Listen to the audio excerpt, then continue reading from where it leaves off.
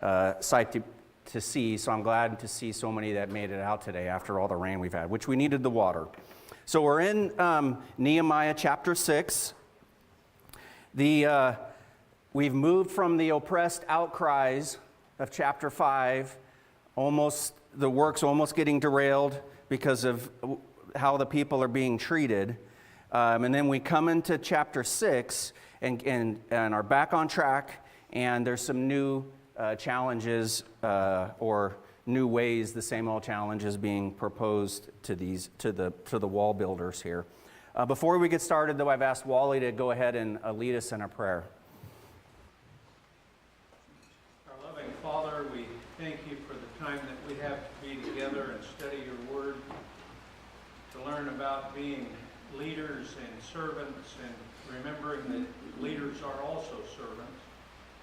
We pray that you will help us to be the kind of example that you want us to be to each other and to the world, that we may do good things in your name.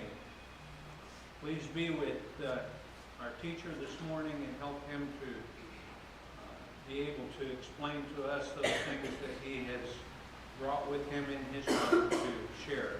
Please help us to take what we learn and apply it to our lives as we need.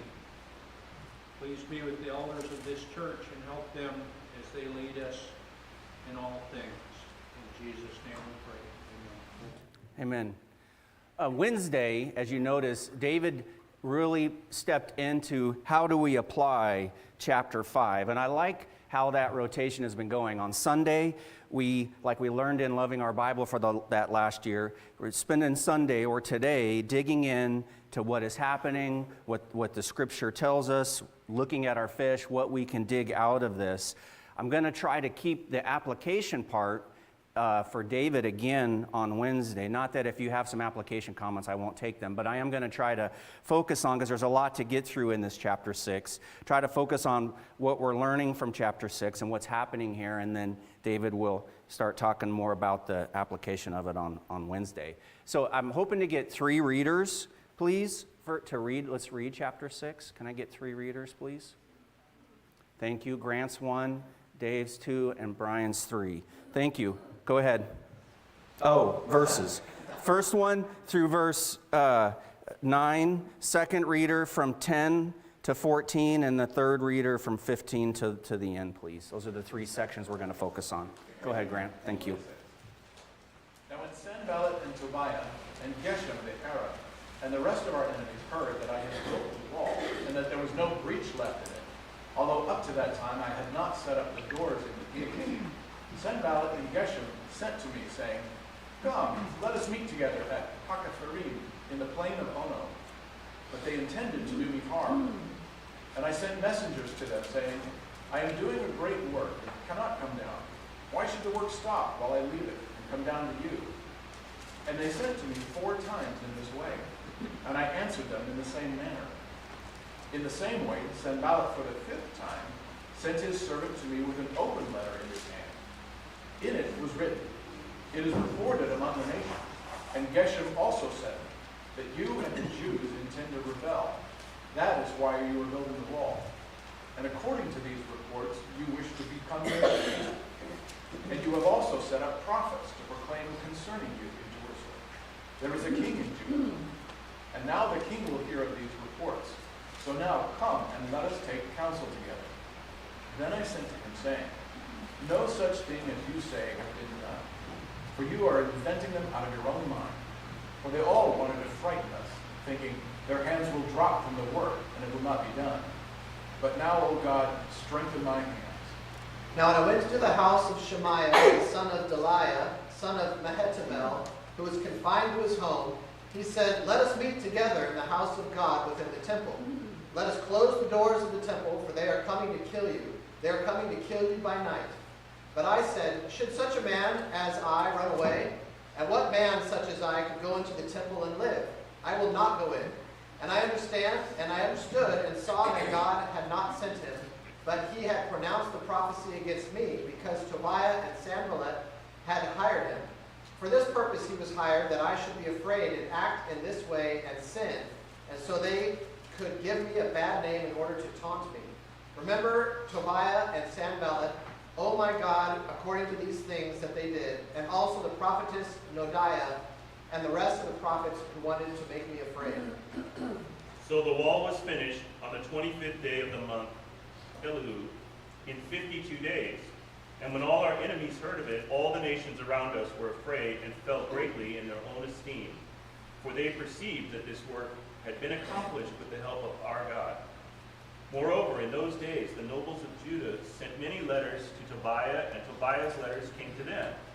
For many in Judah were bound by oath to him, because he was the son-in-law of Shechaniah, the son of Erah, and his son Jehoianan had taken the daughter of Meshulam, the son of Berechiah, as his wife.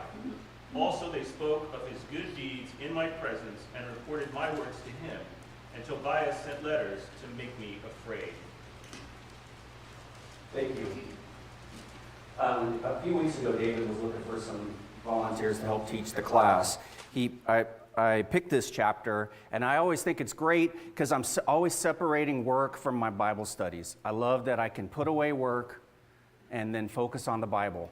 And then when I read this chapter and this whole chunk to Nehemiah so far, I'm like, this is my job. This is my job.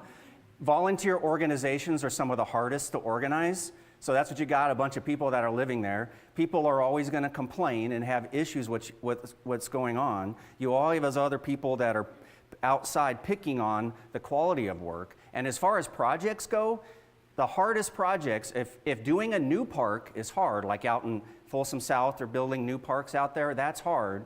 The next level of hardness is if you're trying to rehabilitate a park, like you're trying to redo the park in the little village of Fair Oaks and trying to figure out how to deal with all the existing things that are there and put all the pieces back together. The hardest projects are ones that actually have a historical component to it. And you're trying to build what was historically there before. Those projects in the state of California are the hardest. And so when I was reading this, there's this whole other level of difficulty that came to my mind when I was reading this, because they're really trying to recreate what was there before down to the dung gate and these different parts of the temple wall, using the materials that they have without the kind of equipment that we have. And so you see them getting this wall done. I'm going to show a few pictures of the actual wall that's there today. Some of you have been over there in Jerusalem and seen some of the pieces of the wall that's there, and this is one of the pictures. But it did, like just this week, we started working on a new project, okay? And the client, this is a playground in Reno, and the client came to us and said, hey, we have this wall that's behind the playground that's crumbling and falling apart, and we're missing a bunch of the blocks, we're missing a bunch of the pieces, and we can't figure out why the blocks, this keeps happening. Is it the kids? Is it angry neighbors? What is going on? And so we had to do some research and digging, and we figured out what is causing the wall to come down in this case. Ground squirrels. So even the little ground squirrels can get in and uncover and cause problems when we're trying to do the work. So I went ahead and gave them a name. Sanballat, Tobiah, and Geshem, causing problems for Nehemiah and the people of Israel as they start trying to build this wall. It's really hard. I mean, those of you who have been there, this is a very hilly site.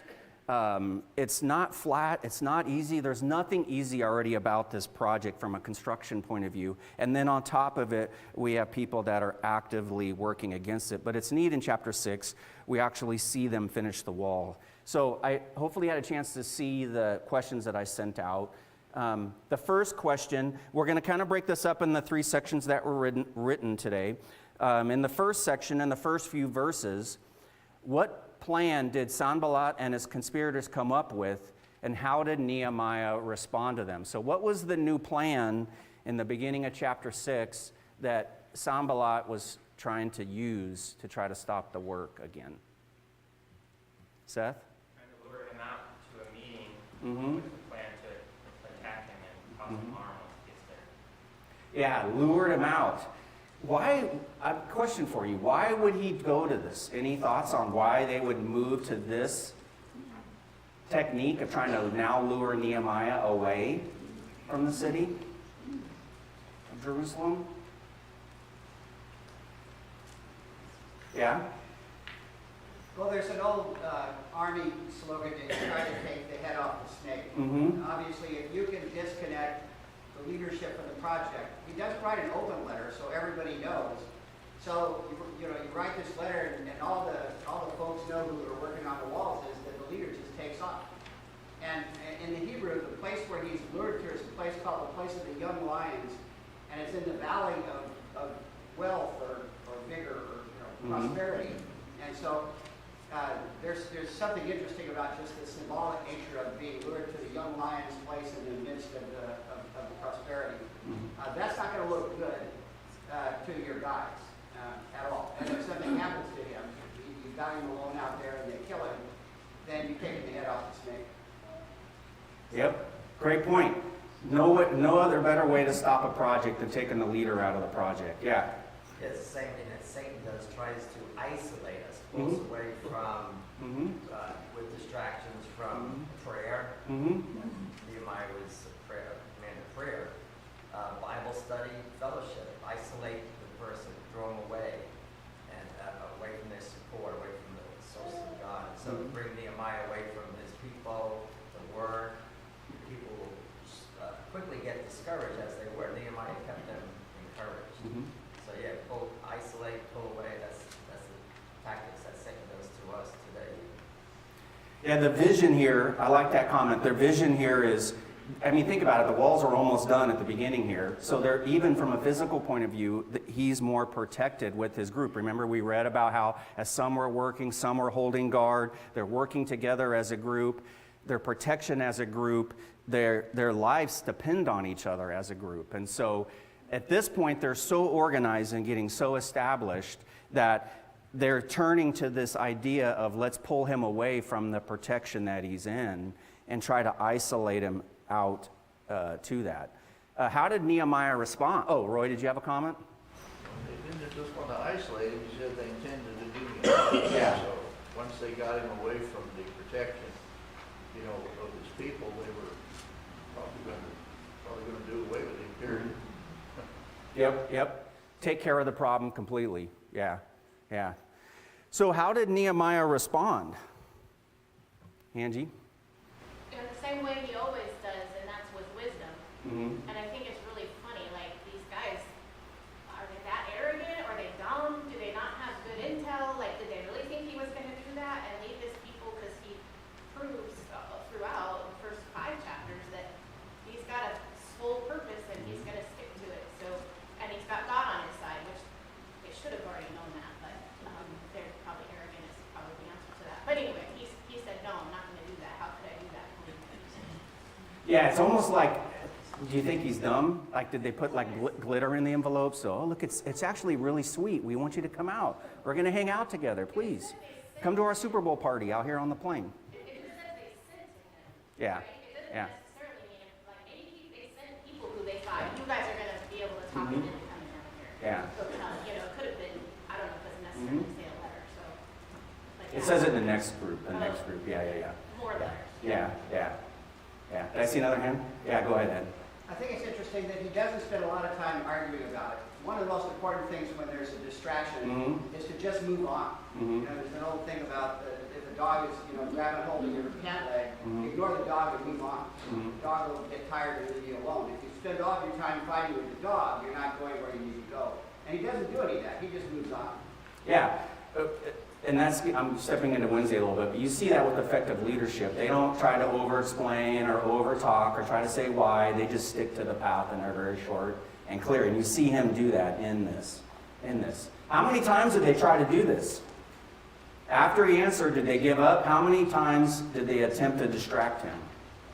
That's in the scripture. Yeah, Mike. 5. 5 times. 5 more times they try. And what does he do each time? Gives them the same response, basically, right?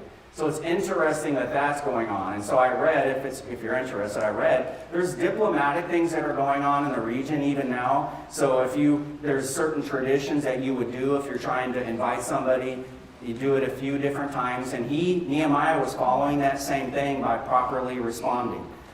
Getting the request, properly responding. Getting the request, properly responding. So you see Nehemiah trying to play the game a little bit with them, but not being lured out of where he's at, out to expose himself to what's going on. So I think that's pretty interesting that their tenacity to try to get him out. They're putting all their eggs in this basket at this point to try to get him out of there to take care of this problem. Yeah, Mike. I think it's interesting that they continue to use the same threat to him is that, oh, the king's going to hear about this. And he never responds to that. I just thought that was really interesting. They say, this is being told that you're reporting that you're the new king in Jerusalem. There's going to be a new king in Jerusalem. This is being proclaimed. But, and the king's going to hear about this, so we should talk about this. And he never says, no, the king said, he never says that. Yeah, I'm glad you went there. That's the next question I have. What is this new thing they're trying to do on the fifth time? The fifth attempt, I already said a second ago, they write this open letter. Okay, so first we need to know what this open letter means. Anybody have any thoughts or look up what that means when it says it's an open letter? Yeah, Jerry? Oh, I was answering what you asked before you said that. That's okay, you can answer it. Yeah, go ahead. But I assumed that meant a letter that was going to go back to the king and presumably available to anyone else too, that it was just going to be sent around. But basically they're lying about him and his intent, saying that the nation is planning to rebel, and he's trying to set himself up as a king, and he's trying to get prophets to go throughout the land and proclaim him as a king. And none of that's true.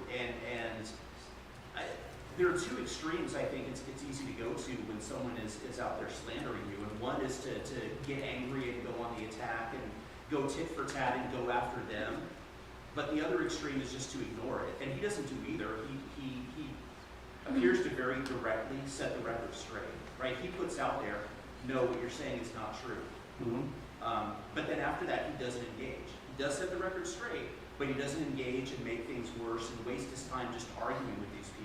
Just moves on. And then, as with every problem that comes up, he concludes the whole thing by taking it to God and praying about it. Yeah, so, and Mike and Jerry both brought up this whole idea in the letter that they're saying he's trying to set him up as king, or he is the king. They're getting pretty direct on that. What's the significance of that? What would be the problem with them saying that? Him setting himself up as king, Aaron? There already was a king. Where's the that he works for? Yeah. And I think that goes back to something we talked about in the very first class, which is what his relationship with the king was. And I think his response to this and his response earlier when they also kind of said the same thing, the king's going to hear about this, when of course the king already knew, says a lot about what Nehemiah perceived as his relationship with the king was, I think, because Nehemiah doesn't seem to be afraid that this is going to get back to the king or what the king might think if it gets back to the king. So I think he has confidence that if this does get back to the king's going to know Nehemiah's character and know that it can't be true. Yeah. The fact that it's an open letter means that all the people working on the wall heard it. And so that part of this is not just getting into Nehemiah's head. Part of this is getting into all the workers' head. You guys are being used, okay? You're being manipulated. This guy is going to take over.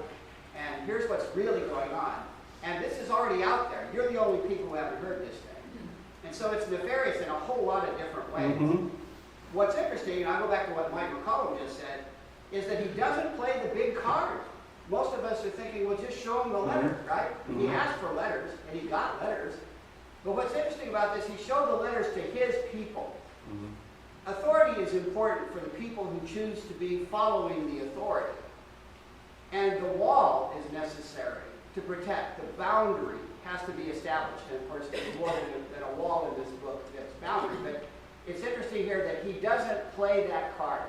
And I have no real answer to that, to what Mike McCollum was saying.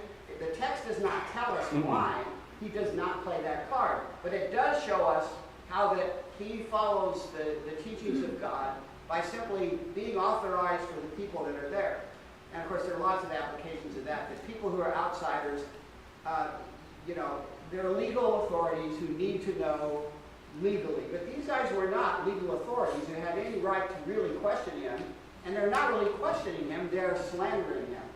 And so he doesn't even show his cards on that. He just says, this is a lie, we're moving on. Yeah, and at the beginning, when you were saying, and that's an important concept, what's different here is, compared to the other ones, is that they're now moving to try to get in the heads of all the workers, right? To start trying to, using slander, as Ed said, to start changing the minds of the people. And you guys, I don't have to tell you that. There's a million examples in today's climate where that's one of the hugest tools that's used to mess with leadership, is to start getting in other people's head. We joke around about it. Don't let them rent space in your head. Because once you start questioning somebody like Nehemiah in this position, then where does that end? It ends you starting to question to where you think you know what's best. The Bible is full, from front to back, of people that, once they start choosing to put their mind in front of God's mind, it gets derailed. And that's one of Satan's biggest tools, and we see it here. That the people are trying to do their work, and these outside folks are trying to distract them by getting in their head to start questioning leadership. Yeah. Also, if I'm understanding it correctly, they've kind of shifted from taunting and teasing and ridiculing to almost trying to be friends. Like, hey, this stuff's going on. Let's talk about it. Maybe we could help you out. Yeah. They're part of that, going along with that, they're starting to twist things, right? So they're twisting this whole idea of king, and that's significant. Xerxes is not somebody that's going to put up really well with somebody else saying that they're king in his kingdom, right? So they're trying to start that rumor. They're starting to twist what the prophecies are saying, prophecies are saying at the same time. Remember, this is about 100 years after a couple of important books were written, Isaiah, that are proclaiming a king that's going to come in the future. So you could see them even twisting the prophecies, using Isaiah and these other books to say, hey, he's calling himself this person that's been prophesied. God's just stirring to try to either get him yanked out by the main leadership, which is Xerxes, or by the own people that are working side by side. So there is, as you said, there's many layers to this kind of approach that they're taking. Yeah, Brent? Yeah, one thing I see here is that you've got three governors, from Arabs, Ammonites, Horonites, and they kind of see Nehemiah as their equal. He's somebody working under the king as well. And he's doing this great project, and all of a sudden, he's starting to get elevated in power with this wall being completed. And these first four appeals are, let's just work this out, and, we'll make sure you stay out of trouble, we'll stay out of trouble. The king's not going to know what's going on. And then this last letter, it's like, dude, we're going to rat you out. Mm-hmm. And here's the open letter, and you can help us craft this so you stay out of trouble. But we're going to send this up there, and you're going to lose your head. Mm-hmm. Okay, is what they think is going to happen. Mm-hmm. And so, not to go too far to any conclusions here, just keep it to the fish, like you said. But they kind of see themselves as his equal. They have no idea that God is really helping Nehemiah, and Nehemiah is in good graces with the king, and they're on real shaky ground in what they're trying to do. Yeah, and then they elevate it to the next question, right? What method did they try next in this next section that Dave read to us, 10 on? Yeah, Jim? Could you stay in this section for just a moment? Yes. One of the things about verse 9, where they all wanted to frighten us with their thinking their hands will drop and the work will not be done. But strengthen my hands, and in verse 8 he says, you're inventing them out of your own mind. Mm-hmm. So one of the things I think that we can take from this, if you've ever been the object of slander as a technique, You know, they don't allow it in debate. It's called an ad hominem argument. And when somebody has reduced themselves to an ad hominem argument, they actually have no evidence, no argument to make truthfully about the conflict that you're having. So then they resort to slander. And the most common thing I think that we all do, we have to battle it, is that we don't begin to just simply attach a label to this person. Well, you are manipulative. You are, it happens in marriages. It happens in all relationships that we don't actually deal with the problem at hand. We begin to undermine the position of the person that we're dealing with. And a lot of times it's a result of our own fears, and then we begin to assign motives. And then we attach those motives, and we actually believe that what we've assigned as a motive to this person is a fact about them. And then what do you do with someone like that? You can't talk them out of it because their perception is your only reality. And so what you begin to do is you just simply say, I can't deal with this. I have to just simply move on and continue with the truth of the work that I'm doing and what I know about myself. Yep. And one of the best ways to cut through all this noise that we're talking about is just continue working on the project. Those who work, those who continue, automatically shut all that out. And I'm trying my best not to step into David. He'll probably talk about this on Wednesday. But think about it, even the work of the church. The number one thing to mess up the church is to just stop working and get comfortable and just sit in our walls and not continue the project. Nehemiah knew we had to keep, was that your hand raised? No. I saw both hands go up. I thought that's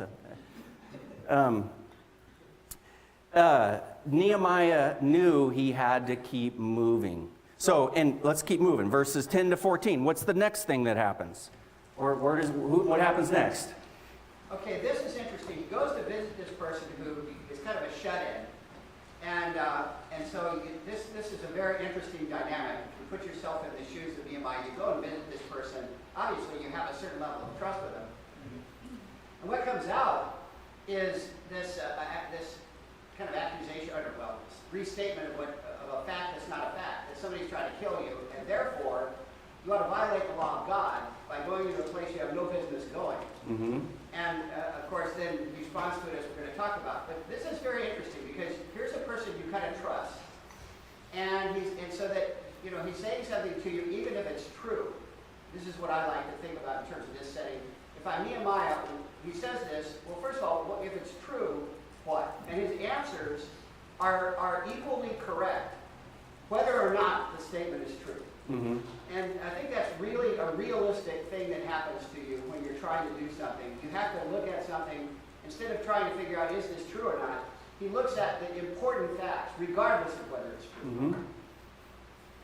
Yeah, you guys get the picture. Ed just painted it again. It's like there's no other record of this Shimei, or however you pronounce his name, but it appears to be somebody associated with the temple, maybe a priest, something like that. He's trying to lure up Nehemiah to lock himself in the temple. What would be the intent of doing that? Why would Nehemiah even consider this, or why would he think that that's something Nehemiah would even consider? What does that give you if you're locked in the temple, if you're Nehemiah? Yeah. Go ahead, Frank. Yeah, it's essentially, it's either at this point the strongest structure in Jerusalem and the closest thing to God, so you have presumably the protection of both. Yeah. Come on in. We'll lock the doors and be protected from all the stuff that's going on out there, right? Interesting that this technique is used. It actually says in 13, look in verse 13, for this purpose he was hired, that I should be afraid and act in this way and sin, and so they could give me a bad name in order to taunt me. What does he mean by that? What would be the sin in this passage? If Nehemiah went and did what he said, what would be the sin in that action? I think, for what you said a second ago, what they're appealing to is his pride. They went from ridiculing say, okay, we'll kill you because you're not very strong. That didn't work.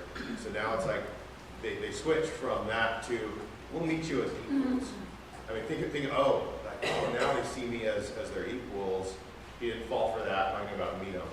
So now someone's telling him, hey, Nehemiah, you're right. You're too important for this project. We have to protect you. We're going to hide you in the temple. And so now Nehemiah is not falling for that one either. He's saying, if I do that, what kind of leader am I? I'm not doing my job as a leader, and I'm not important if I'm not doing my job. Yeah, and he actually brings in this word sin if he does this. So what's the sin? Well, only a priest could go. Sorry. No, go ahead. Go ahead.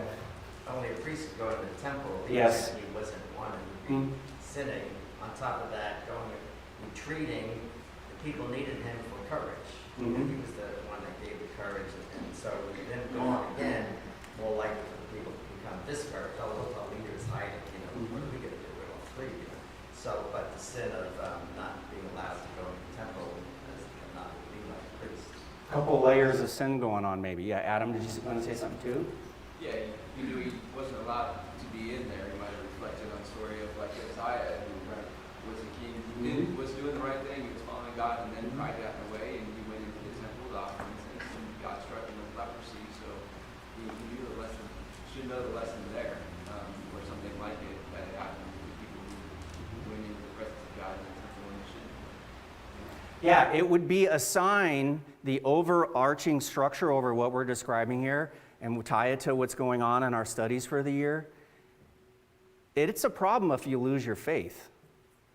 That would be a sign of him losing faith in God if he started taking things into his own hands and doing what he thought was right. That shows a lack of faith, right? For him to start doing that, it is a problem. Yeah, Angie? I think it goes back to what Aaron said, which I think is very important, is that he knew his own character, and he knew that people knew his character, and they figured out that his character was known, and so if they could trick him into breaking what is normally his character, then they really have a leg to stand on. Yeah. And he did not fall for it, because again, he talks to God all the time. So he's always asking for wisdom, and that'll probably be an application portion on Wednesday night, but always asking for wisdom is what he did. So they were trying really hard to break his character, which is kind of the only thing he had if you look at it from the standpoint. Yeah, and how, I think Ed brought this up, or maybe brought it up a couple times. It happens really quick if somebody perceives a change in your character, you're not getting it back. The cat's out of the bag, whatever analogy you want to use. It's hard to get it back in there because, as Jim said, everybody jumps on it once your character is being slandered. And if you step into that, it's a problem. It could happen really fast. Roy and then Ed. Well, he was trading to work for his personal security if he had done that. And that would have gotten around. That's that pride. Yeah. That would have impeded the work even further by the fact that the leader was concerned more about the personal security. We don't have a lot of respect for leaders that you can perceive are turning to just protect themselves or their own interests. You can lose your leadership faster than anything if you start doing yourself first. That's why I like at the end of chapter 5, where he's setting the example, like, we're not going to take all this stuff that's due to us. He knew as a leader, I got to set the example always. Ed, were you going to? Yeah, the first thing he says, this gets to what Angie was saying. The first thing he says is about his character. He says, what kind of a guy do you think I am? Yeah. You think, kill me. Yeah. What have I got to lose? This is my life. That's not the exact speech that he gives, but basically he says, do you think I'm a coward? This is really not about pride, except maybe in a good way. What he's saying is, go ahead and kill me. I'm not going to do something that violates the law of God to save my skin. And I think as leaders, when you give up yourself like Jesus did, or like husbands are supposed to be for wives, and we're getting into Wednesday night already, but that buys credibility. And when you don't do that, that's a very big tell. Yeah, the verse, in that same verse, verse 13, for this purpose he was hired that I should be afraid. See, he's through prayer and going to God, he figures out that this is not a true prophecy, right? And so verse 13, for this purpose, he was hired that I should be afraid and act in this way and sin, and so they could give me a bad name in order to taunt me. And then he turns to pray. So interesting that this next thing, and this is all happening in the temple, using the layers of, what's the word I was looking for? Treachery or problems through the people here and even in the temple, is Nehemiah's having to work against all of that. Not just trying to get the project done. He has all these 3 squirrels trying to undermine him the whole time. So, we get to the next, verse 15. So the wall was finished. The wall, I don't know if you can see my mouse up there. This is the section of Jerusalem that the wall is around. I wasn't in the earlier classes. Maybe you already put some slides up of that. It's a very small portion, the original wall. All this other stuff out here that gets walled in later, that happens later. That's this section right here that they built on there, which is really interesting. And to today, you can go there, as I said earlier, and see chunks of the wall. A lot of the upper stuff has been, of course, rebuilt, but they archaeologists attribute the big stones you can see circled at the bottom of some of the stones and these towers at the east gate and other parts that date all the way back to when Nehemiah was pushing these stones around with these people. That also gives you an idea of what they're dealing with. These aren't like the little blocks I was showing you in my little squirrel slide. These are ones that Cal OSHA would have lots of rules about moving that kind of heavy stuff around, right? And they're all doing it by hand. So if you go there today, you can see the ruins, and they will have signs attributing the oldest parts. And the other thing that's interesting is they've mapped out the project too, which I'm always a map person, and you don't read that, but they've mapped out all the people that we read about that were a part of rebuilding it, down to families and people. They have all that mapped out as accurate as they can get it, attributing to each one of the people that rebuilt it. And I just think, even from an outside the Bible perspective, how amazing it is that that stays till today. And if he hadn't finished the project, we wouldn't have any of that. It'd be a whole different thing. Angie. I just have a question for people who've been there or seen it, because I haven't looked it up. Where it's real skinny there in the middle, is that because it gets the mountain, the hill gets skinnier, or why is it real skinny in there? Yeah, that right here, are you guys able to see my cursor? No. Oh. So to the right is a valley, right? What's this valley called on the right? Kidron. And then on the left is the Central Valley, another creek that comes up, and they all come together, Angie, so it's a ridge line right down the middle, and that's why it's skinny. They built it up on top of the mountain between these 2 valleys, all of this, with the highest point being up where the temple is, of course. So that's why it's so interesting when we read the way the Bible's written. It always says they came down out of Jerusalem, even though they're heading north. You know, it doesn't make sense for us, California. But that's because it was always high, and they were always coming down to where they were. So that was the original part up on there. Yeah, I haven't been there. So she asked, anybody been there and seen it? Yeah, Scott. Yeah, it's beautiful. Yeah, that's a good depiction of it. Yeah, is it still pretty intact Yeah. like that, where you can see the topography and where the wall has been built? Yeah. The other thing to note is initially, whenever Jerusalem was first built by David, it was all down that southern section there. Mm-hmm. And so it was really narrow because that's all that they needed, right? Mm-hmm. And they expanded up to, of course, display the temple, which was up on the highest Mount Moriah up there, right? So that's the other reason why it's skinnier in the middle. Was never initially when it was built, it was just the city of David is what they call it today, but it was just that little small section. Mm-hmm. That was a completely different part, set apart from everything else, and then later it all expanded. And this, I haven't been here, but I've been to like Italy. Everything's opposite in these areas from us, where they have all the cities are on top of the mountains and all the farms are down below. We always have our cities down in the lowest part and complain about flooding and everything all the time. They built them like this because you had to actually protect. That's how you protected your city, was you built it up in these high points. So in all the ancient world, you see cities built like this. Did I see another hand? Yeah. So that stone, the western wall picture you showed, Yeah. that's not the temple area, that's the temple was set on the temple On the mount. top. But those stones actually from King Herod. those big giant The big stones. ones. And that's still the most holy place to the Jews because that was the remaining spot that was left since the destruction of Titus. Mm-hmm. One that was totally destroyed. Yeah, down to every stone. Yeah, so those other stones. Yeah, thank you. So, in the last 5 minutes, I have two final questions. The wall was finished. What were the responses after the wall was finished? And what was the true nature of the alliances that were opposing Nehemiah? This is in this last section. What was the response, and what is the really underlying issue that's going on with these opposing forces? Response first? How did everybody respond? Yeah, Jerry? Well, this, I think, really goes to the theme of what Nehemiah was trying to accomplish. People understood that God was behind the work. Mm-hmm. This wasn't something that people just decided to do. God was behind it. They actually now are seeing God is behind it. What's the word that's used? Afraid. Thank you. Yeah, they're now realizing, oh yeah, God is actually part of this project. And there's fear that comes with that. Yeah. I think this is a really important point that's like central to Ezra and Nehemiah.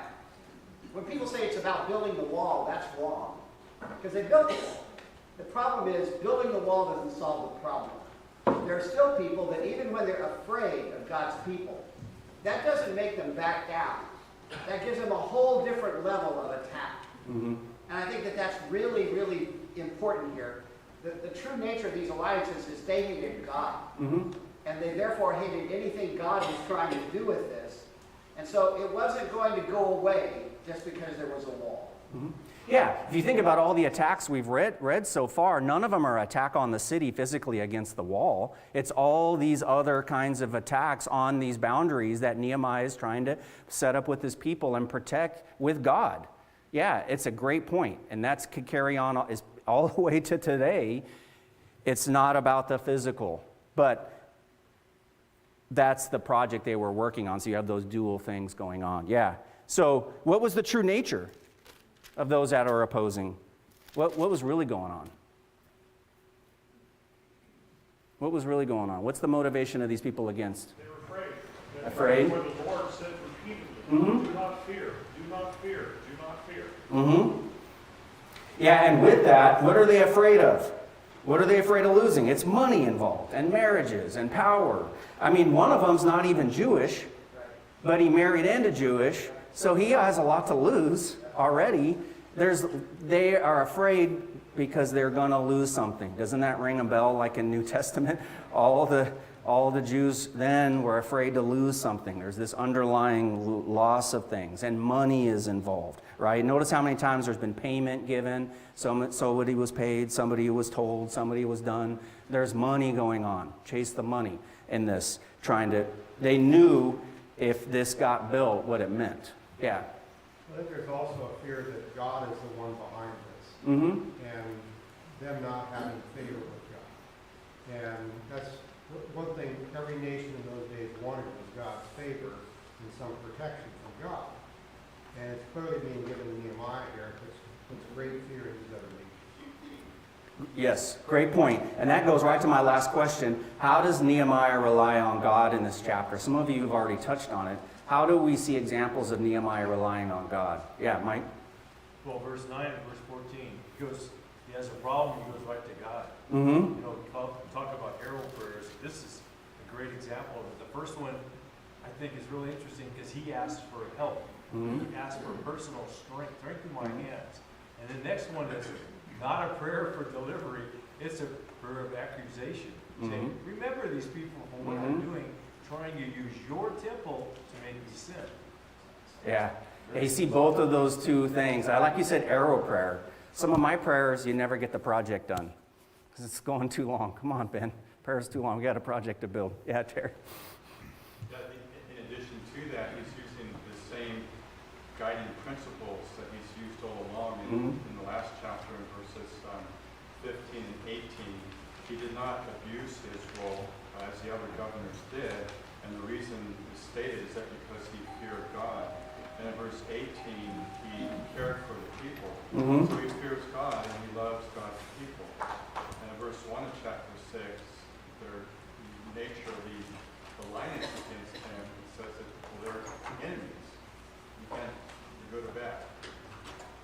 Yeah, so you see this consistent thing that goes through. He kept his faith.